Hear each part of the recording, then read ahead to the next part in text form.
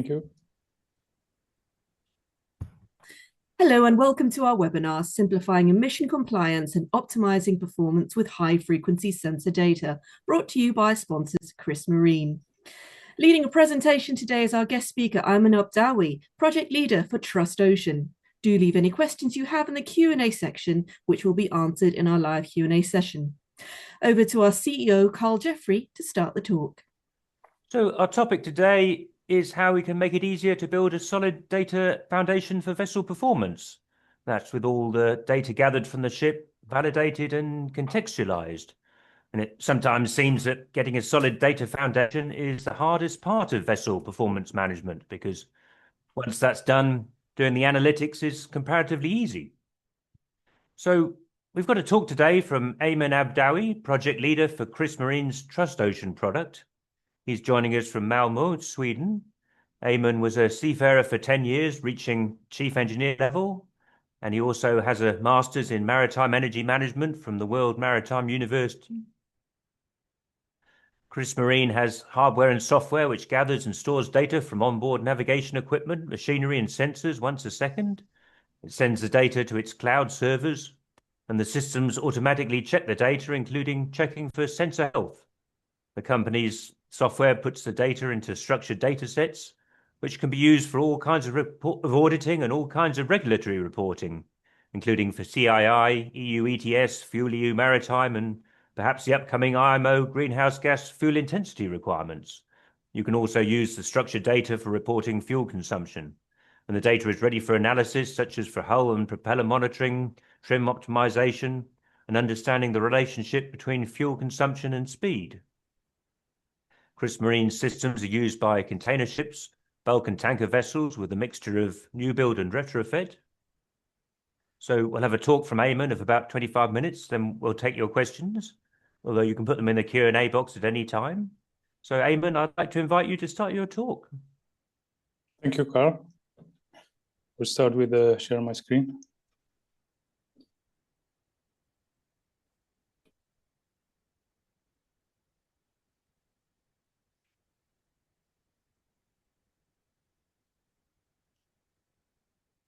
Yeah, it's good.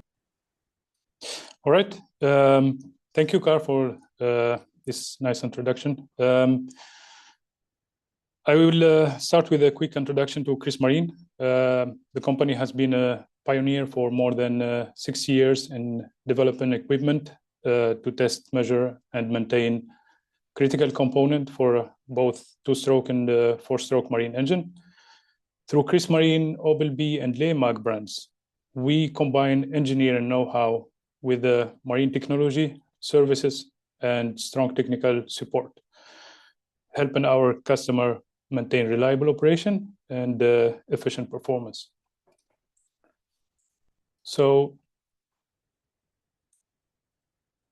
And we do that through our portfolio, which is structured into 3 main branches: grinding and machining, a solution that remained the cornerstone of Chris Marine offering. Those equipment are about bringing key engine surfaces back to specification, and that translate into improved reliability, reduced wear, and also stable performance. The second area is closely related also, because even perfect surfaces can't compensate for unstable fuel systems. And here we focus more on the fuel chain. So those equipment are for testing, maintenance, and verification of fuel equipment. And we know that alternative fuels are growing, like LNG, ammonia, and methanol. So the fuel system control is becoming even more critical today. And the third branch is our focus today, where measurement turns into data and data turns into decision. This is where we connect onboard measurement to performance and compliance outcomes. So the journey started back in 2004 with the first shaft power meter, one of the most accurate, reliable equipment on the market today, with higher accuracy that gave ship owners a trusted baseline of what the propulsion system is actually delivering. In 2017, we expanded that solution into onboard performance analytics with the speed system. Even it was offline, but it allowed crew and superintendent to move from raw measurement to practical insights. And 2022 was the year that marked the shift focus of the whole industry into regulation compliance. And I would name EEXI as the regulation that has been into force in that year. And we delivered SHAPOLI solution, or shaft power limitation solution, which was a simple concept. Compliance you can verify and document based on the measured delivered power. So no engine limitation at all.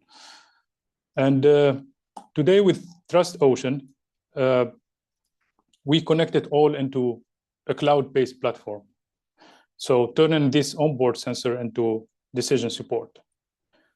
This performance branch represents more than 3,500 installations today and across all type of ships.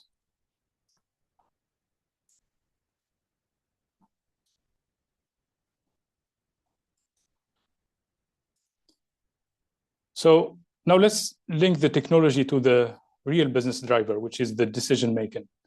We know that in modern shipping, commercial results, operational decision, and compliance exposure are no longer a separate conversation. They are tightly linked. What you do operationally directly drives fuel consumption and emission. And emission now translates into real financial impact. And we have seen that through EU ETS regulation and even more with the FuelEU regulation.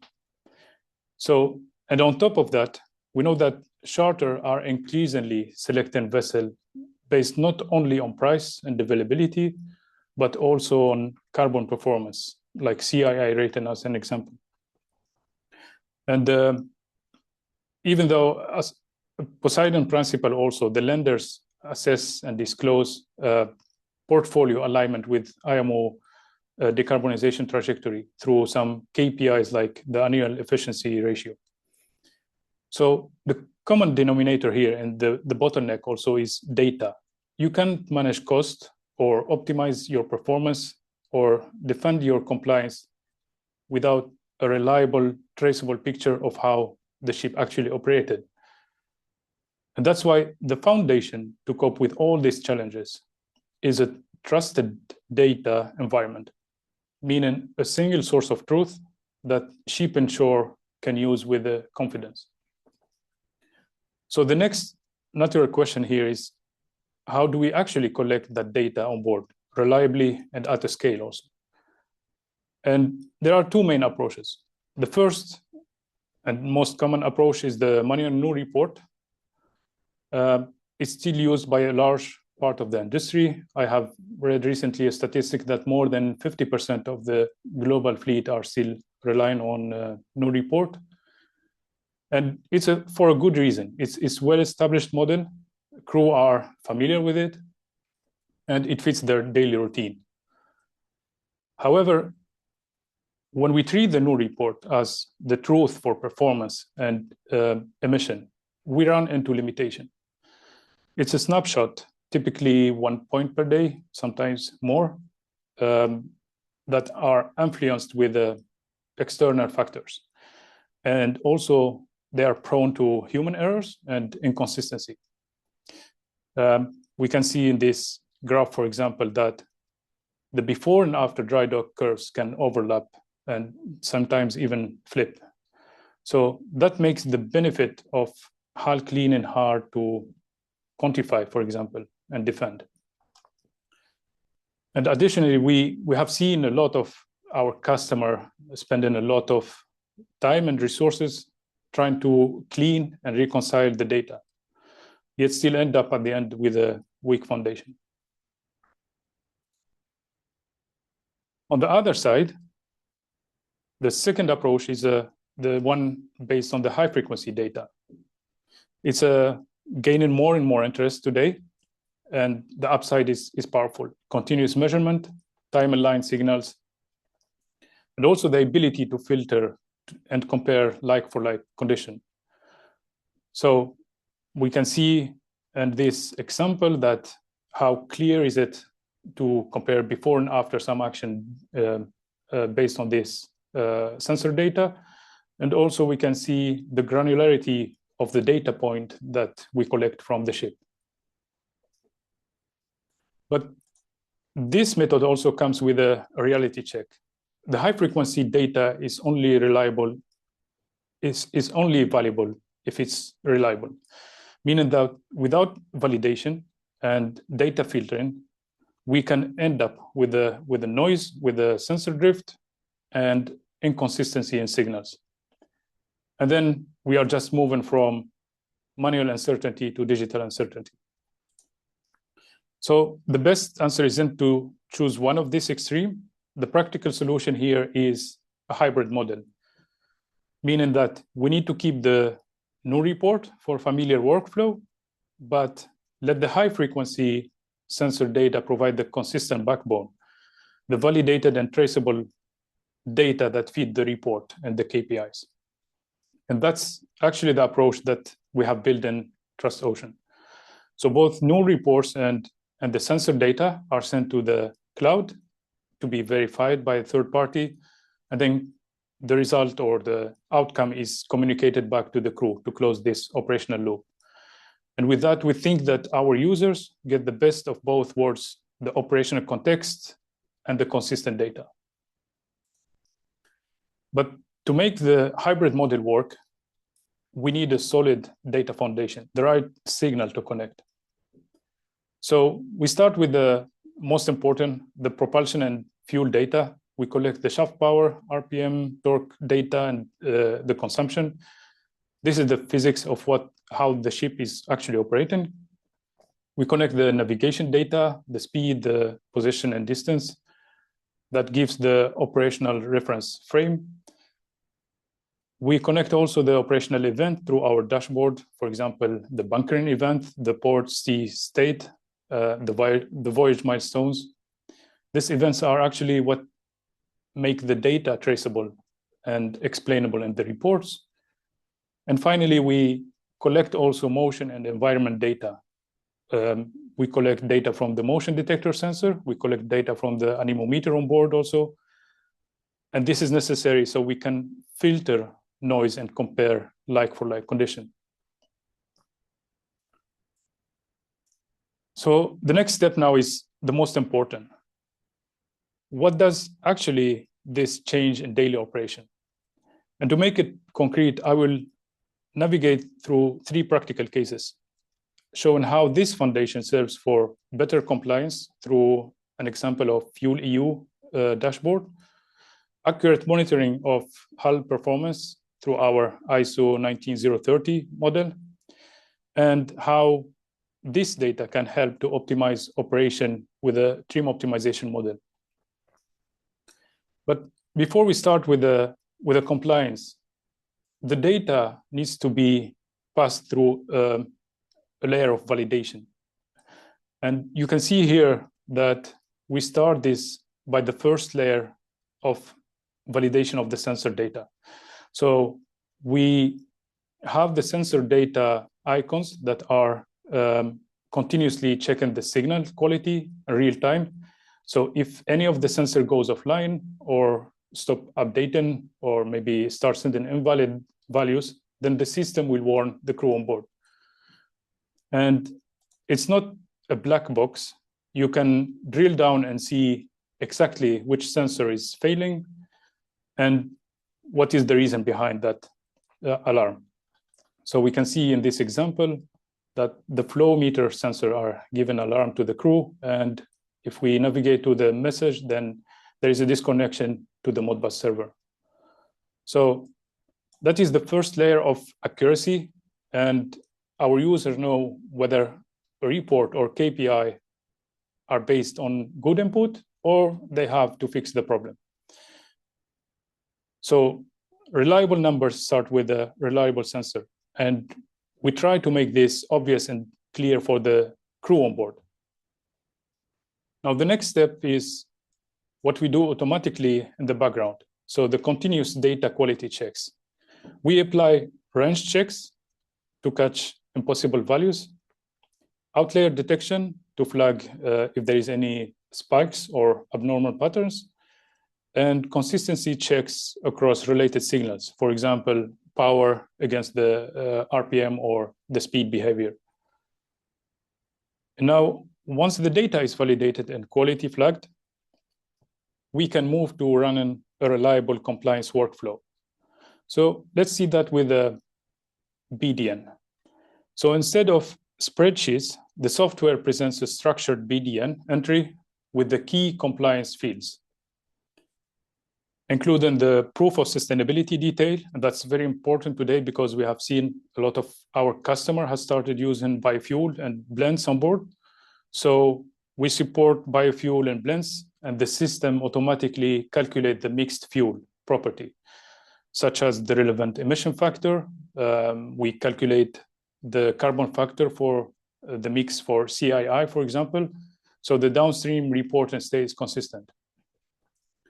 And because also we have heard from our customer that one of the challenges is the proof of sustainability or similar document that has to be supplied with a bunker of the blend or the biofuel. We have implemented that our dashboard is flexible, so the user can get back to the BDN and correct the value. So, and we recalculate consistently. So ship and shore will always have the same consistent numbers. And then once the BDN is structured, the next challenge is linking that fuel to daily consumption. And that's where the tank-based approach comes into the picture with the virtual tanks here, as you can see, that mirrors the actual storage tanks on board. Each BDN bunker is allocated into the relevant tank or tanks. So we always know what fuel batches and mixes are available and where they sit in the system. So consumption is captured through the flow meter that are already installed on board. And they are linked to the actual or the active virtual tank. So the system can track not only how much was burned, but which fuel batch or mix was burned.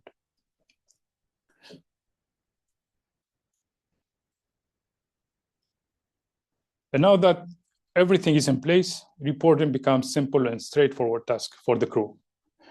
Through our digital reporting tool, most fields are auto-populated from sensor, like the consumption, the distance, the position of the vessel.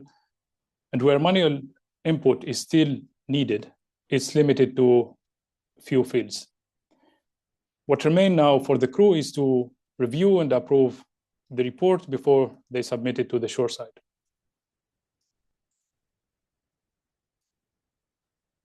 So with that consistent report backbone, the system can now feed the cloud dashboard with the compliance view. And here we can see the FuelEU dashboard where the cloud calculates the GHG intensity of the ship on a well-to-wake basis based on the data received from the panel on board. And we calculate it per voyage and year to date. So the dashboard shows where the ship stands now, the attained versus the required intensity, the compliance balance, whether it's a surplus or deficit, and the estimated penalty if the user or the customer does nothing. And because one important thing, we know that the low carbon fuels are valuable. The system performs the automatic fuel allocation for the voyages from and to EU. So we prioritize where those fuels deliver the most compliance benefit. So operators don't have to do that work manually. And now the big value is timing. So you get an early compliance signal, and it's very flexible to your ship and the crew. But additionally, this dashboard supports the compliance mechanism playbook. So operator also can use the same data to quantify what changes if they pull or bank or borrow. So it's not just a reporting tool, it's a decision support for staying compliant. And the same principle will apply also for the IMO GFI. Now, let's move to the second use case, the performance monitoring, using the same exact data foundation. So we know that fuel is still the biggest cost at sea, and a fouled hull quietly adds waste every day. More fuel meaning more emission and higher maintenance pressure. So with tightened regulation also, that hidden loss now also shows up as commercial and compliance exposure. So in this dashboard, we use the ISO 1930 to track the vessel hydrodynamic performance. We compare today's speed power behavior to a clean reference baseline, usually a sea trial curve or the period after dry dock. And if the ship needs more power to hold the same speed, that's a clear sign of performance loss, often linked to the hull or propeller condition. So over time, that becomes the speed loss trend. And I have chosen this example because it clearly shows how the validation and filtering of data happened. And we can explain those gaps as data that are removed or thrown away. And here we can think of two layers of filters. The first is the data quality filter, meaning that we collect the data every 15 seconds, and then we aggregate it into 10-minute blocks. We remove the blocks where the data is unreliable, meaning that we have missing samples or we have faulty sensors, we have detected outliers, then we remove that block of data. Then the second layer is we need to compare to a like-for-like condition, meaning that even the valid data can be removed if it's not comparable. If it's a heavy weather, it was a maneuvering period, or maybe shallow water effect. So the end result here is a clean data set that you can use to trend your performance fairly over time. In this example, we can see that the average speed loss is 4%. That can be converted roughly into 12 to 13% of excess power. So the operator has two options here, maybe either to keep the schedule and accept the higher power and fuel burn until dry dock, or maybe if the dry dock is planned far away, then they can plan in-water inspection and clean if needs be. So the key benefit here is with this ISO approach that the approach is objective and repeatable, meaning that the outcome is a KPI that you can rely on to plan your cleaning at the right time and verify the benefit after maintenance. The last case to show here is a trim optimization model, a practical way to how to turn this day-to-day data measurement into fuel saving also. We know that the trim of the ship influences the hull and resistance, and therefore the propulsive power and fuel consumption. And the idea here is simple. For a given draft and operating range, the crew run a series of short sea trials where they keep whether the speed or the power steady and change only the trim. So for each point, we record the shaft power, the speed, and the draft. And when we repeat this across several times, and ideally in calm, steady condition, we build a vessel-specific map that answers a clear question here. At this draft and speed, what trim gives the lowest power? Or maybe other case, the highest speed for the same power if the schedule of the vessel is their priority. So we can see in this example that for 13 knots and 12 meter as a draft, the optimum trim is 0.7 meters. So we know that if the crew sail closely to this value, then the potential gain in power is almost 450 kilowatt, which can be converted to a fuel saving of 2 metric tons per day. And same in this example, where the potential gain is in speed now with the same power. And because this is a smart model that learns continuously from the vessel on voyage through a machine learning algorithm that we have implemented in the back end. So the model becomes more and more accurate over time.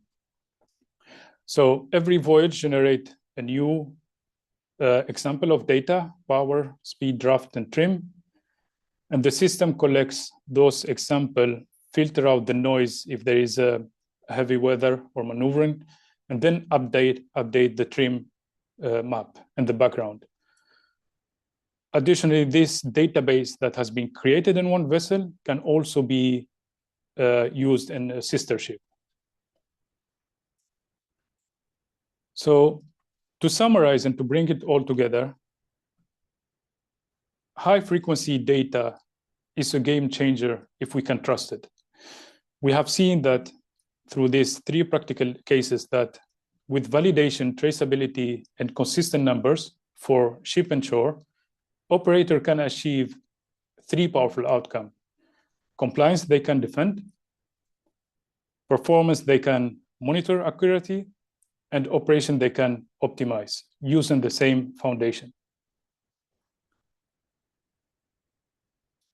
Thank you.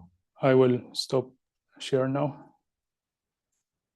Wow. Well, thank you very much, Eamon. So we'll go to the Q&A session. If you have any questions, please put them in the Q&A box. So we did have one question so far. Oh, hang on, there's another one coming in. From Amit Mishra. He's with Shell in the UK on vessel performance. And he was saying, how do you do the verification? What makes you sure the verifications in place are working? He put that question in just before you answered it, actually, because you started talking about. I think you answered it. Yeah. So you've got this. I mean, if the question is about the data verification on the shore side, we have an API that seamlessly sends the data to a third-party data verifier. So the customer can use our platform to directly submit the reports to the verifier, and the feedback is communicated back to our platform and then to the crew on board, so they can correct their reports and they can reconcile the data and be sure that the data is accurate voyage to voyage or maybe day-to-day basis. Yeah, very good. We've got a question here. So Abdul Hafid Muhammad, he's a project engineer with the Quattro Oil and Marine in Rostock in Germany for hull and propeller performance for ISO 19030. Do you use ship parameters geometry into consideration? How is the expected ship speed calculated? Yeah, one important thing in the ISO 1930 method is the baseline curve. And to be accurate in your outcome, you have to be accurate in your input. So the baseline that you will compare against needs to be accurate to the ship model. And we use whatever is available for the customer. For example, some customers, they have a sea trial data. Some they have after dry dock data. So we implement that in our software, and we create that baseline curve based on different loading condition, scantling design, and loading condition, and then the system will compare against that baseline, and then the outcome is obviously the speed loss metric, which is used to assess the hull and propeller performance. So you're using the ship design, or you just modeling the machine learning on what happened in the past, is it?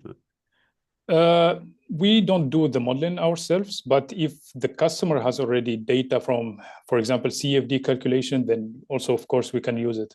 Right. Okay. You're mapping the historical data of the speed against the Yeah, Hours, exactly. right. That's we can use also a period of time that we assess, we measure, and then we use it as a baseline curve if it is it's referred to a clean hull or and a polishing propeller. The perfect condition to measure against. Very good. So we're going to Rome now. So Giulio Clerici, on which rules and standards is based the data validation of case one? So Giulio is with Telemar, which is I think is a telecom company or maybe not, in a procurement manager. Is that an easy question to answer? I can't remember what case one was already.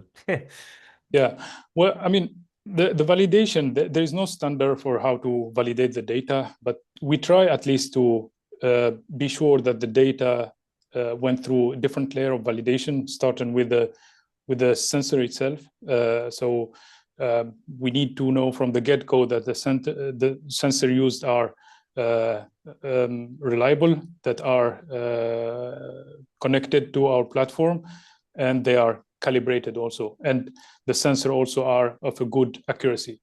That's why we use our equipment, or maybe we recommend the best accurate equipment for our customer. And then after that, once we know that the sensor are reliable, then we track the data in a different validation method, starting with the range method, range validation, and also how we flag outliers in the database. And finally, we cross-check the data point with the data that we know that are related. For example, the power and speed, the fuel consumption, and the power or the speed. So we flag if there is any anomaly in the data values. Yeah, I've never heard of specific rules and standards for data validation.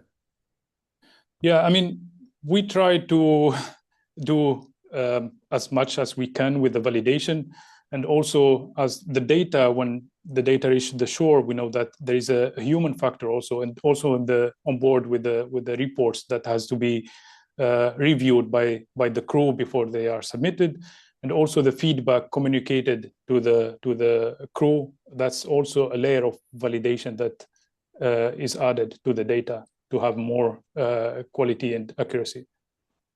Very good. So we're going to the UK now. So Dominic Magley is a journalist with Port Technology International, according to his LinkedIn. But he's asking when shipping companies have to meet two sets of regulations at once, for example, FuelEU Maritime and greenhouse gas intensity standards. I mean, you didn't get into that, but I guess once you've got the data in a structured format, that's where you need to start to do all the various regulatory reporting. What we do in our platform is we first collect the data and the new reports that are fed with a high frequency sensor, and also with a few manual input from the crew. Then all this data is sent to the cloud, where we structure the data and the different compliance dashboards. We have a CII dashboard where there is a different rules from the EU ETS. We have seen that starting from this year, for example, CH4 and nitrous oxide has been added to the EU ETS. So we implement that for our customer.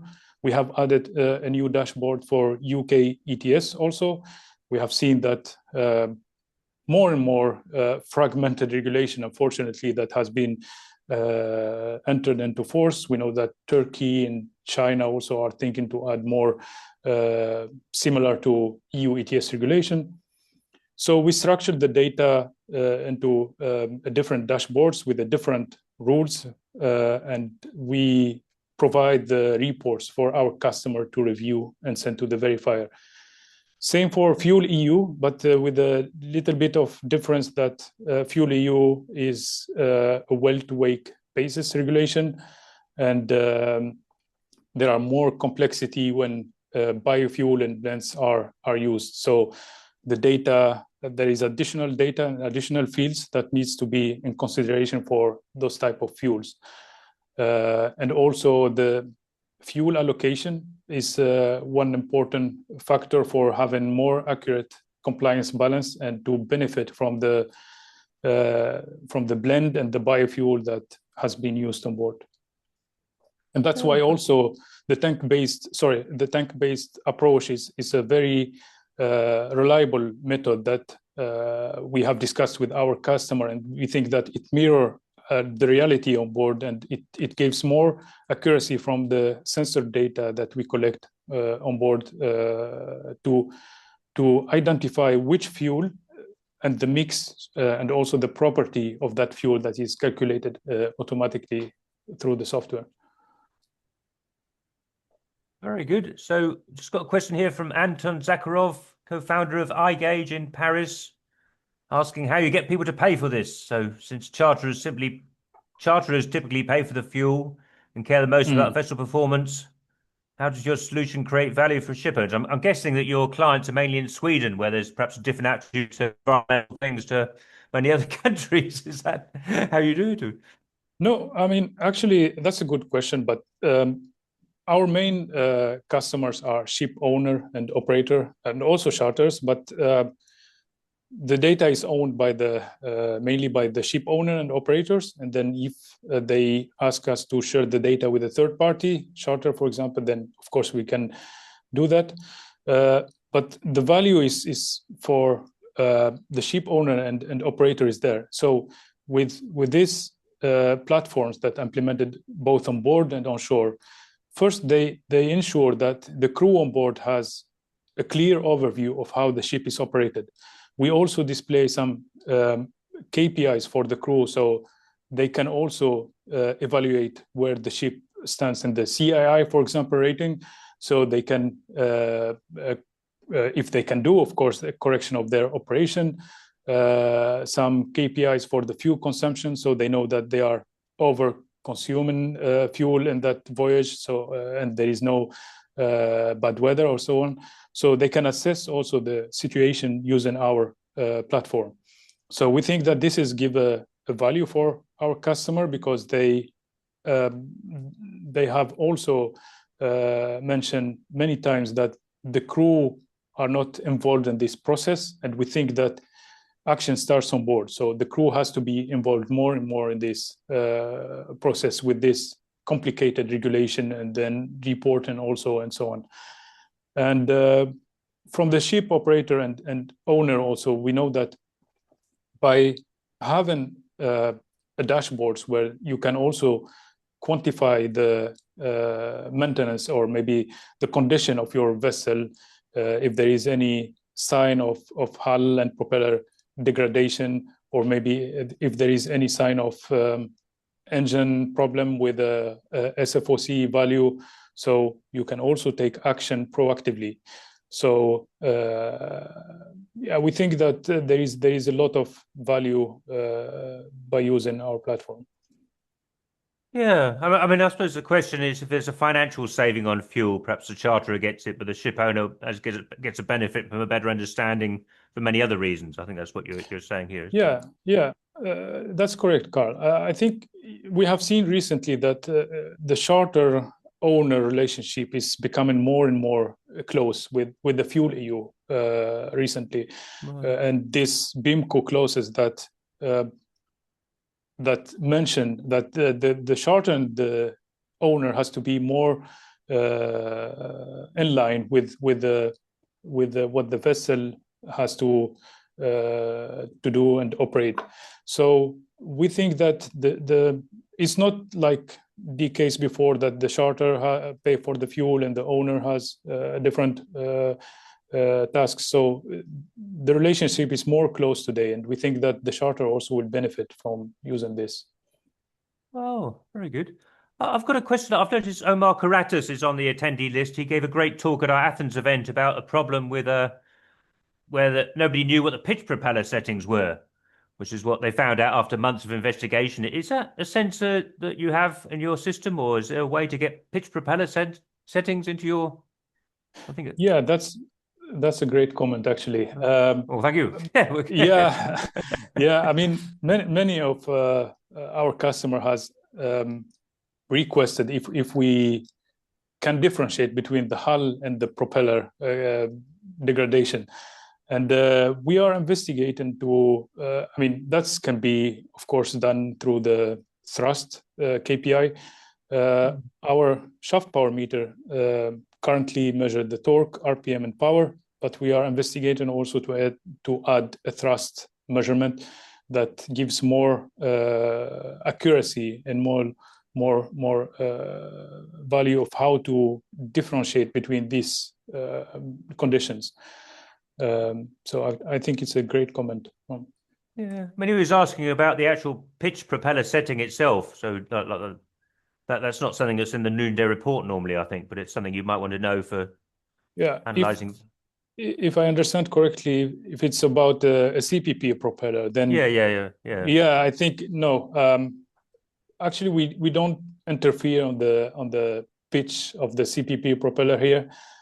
So what we do is we give operational recommendation, and it's up to the crew to assess the situation. Of course, they have a safety on board.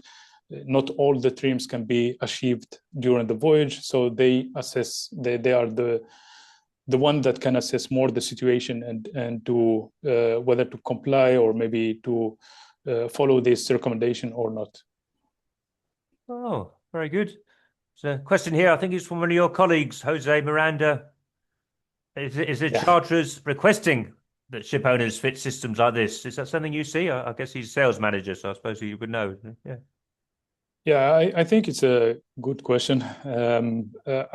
Many charters, because they are paying for the fuel in some cases, so they are requesting more accurate and more data to be shared between the owner and the charter. So they have the same consistent data that they can build on top for the compliance of all this regulation. Whether now we see that EU ETS was a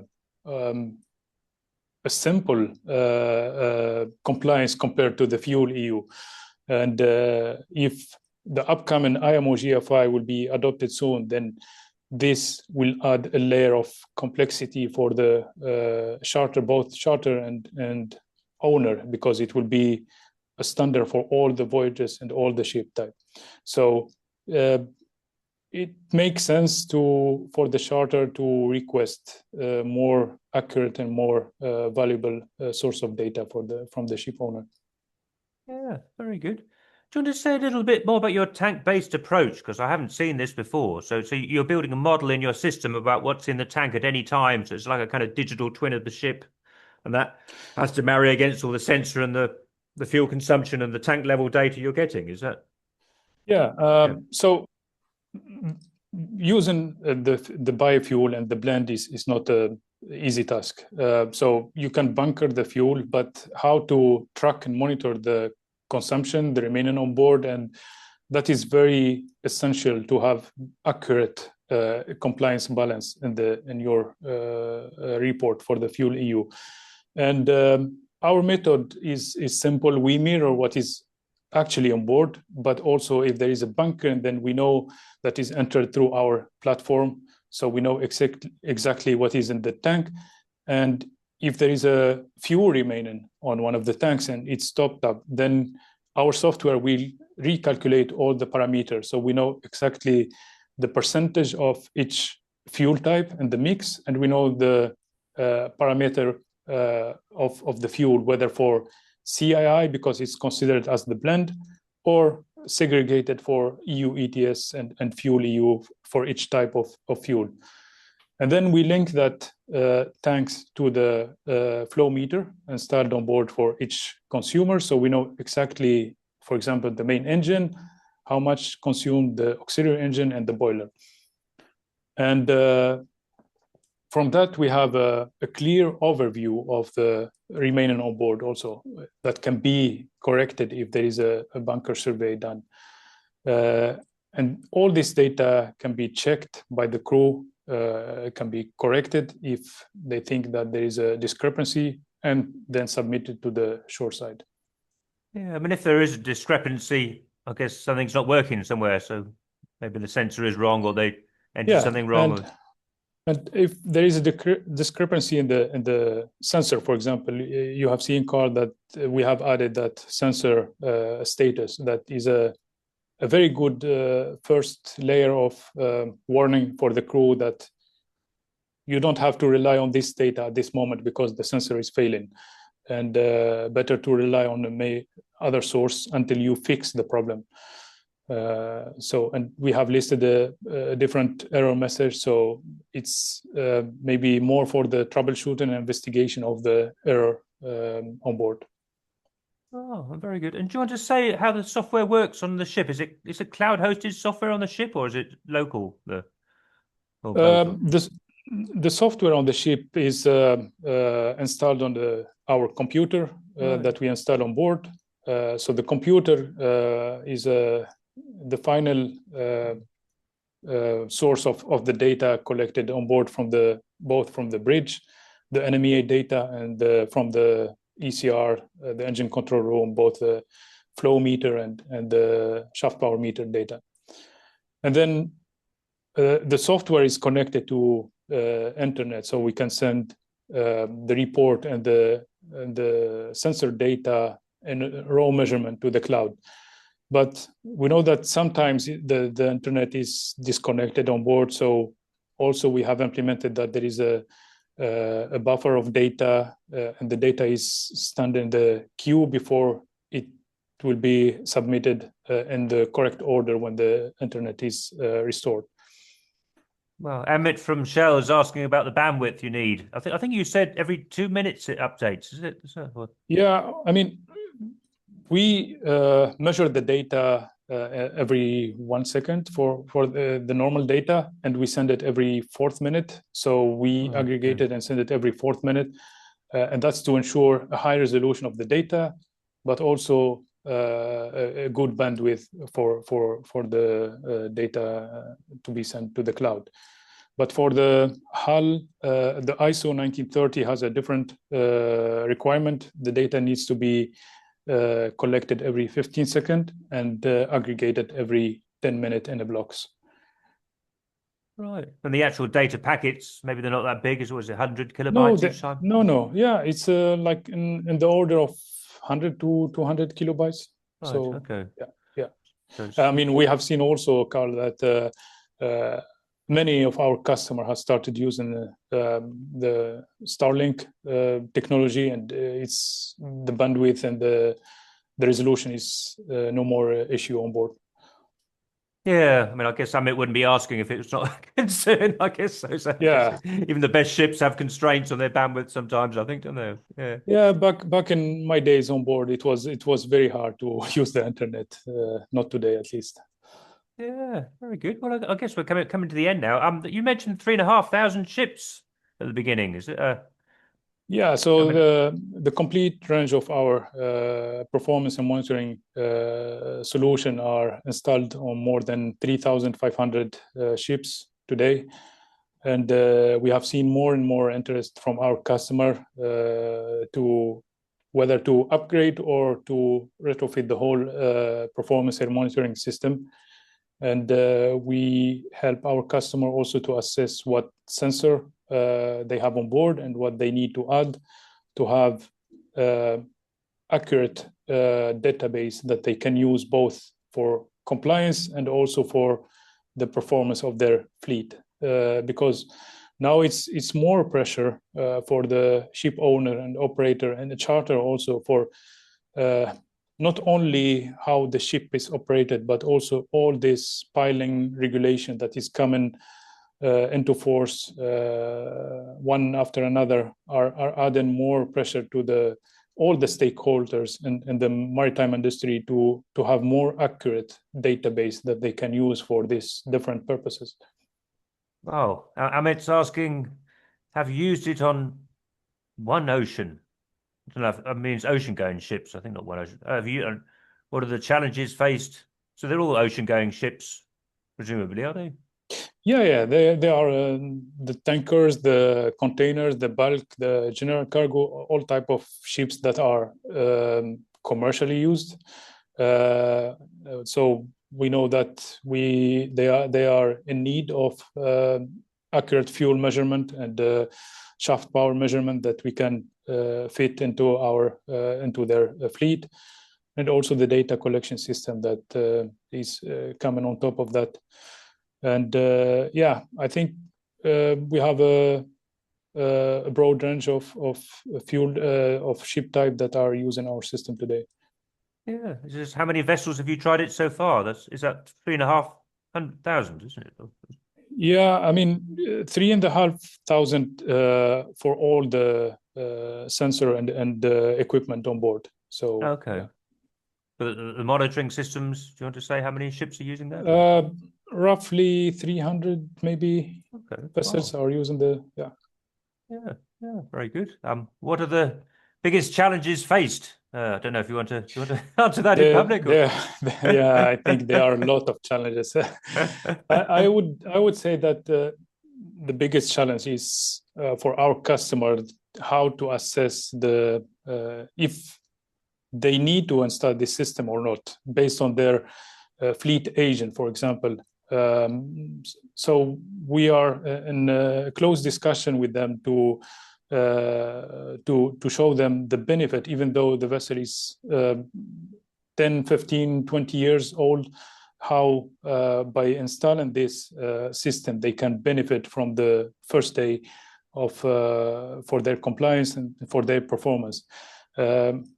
This FuelEU and the upcoming IMO GFI has made many customers to think whether they have to update their fleet with the new vessels or maybe to retrofit their vessel with more system and technology that allow them to comply with all this regulation.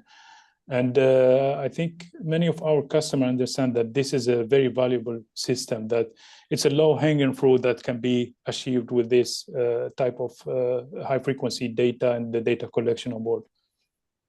Yeah, we talked about auditability, didn't we? So I guess it's possible for an outside company to go into the data and look at it and...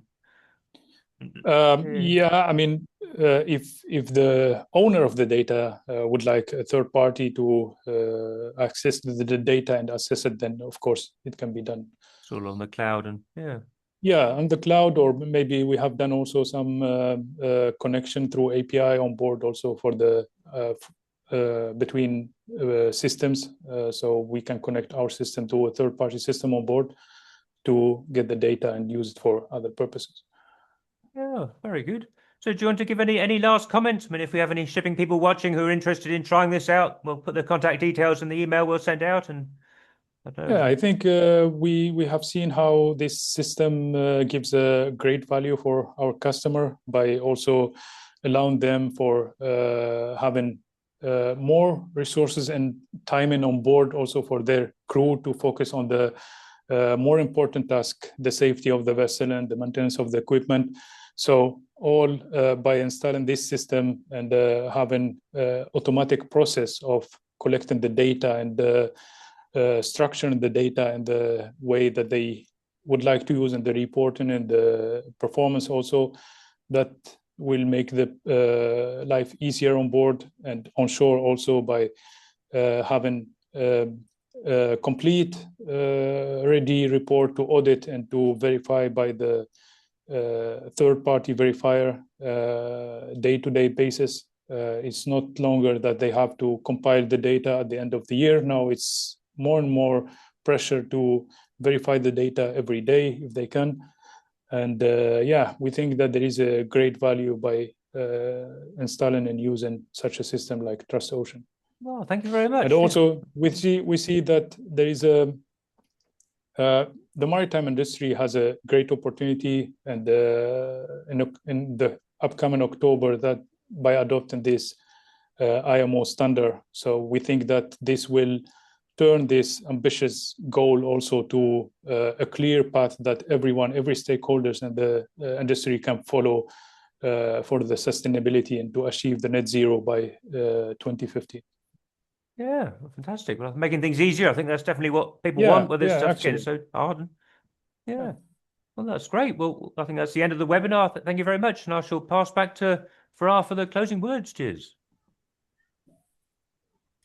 Thanks to our guest speaker, Ayman Abdawi, our sponsors, Chris Marine, and to our audience for tuning in and participating.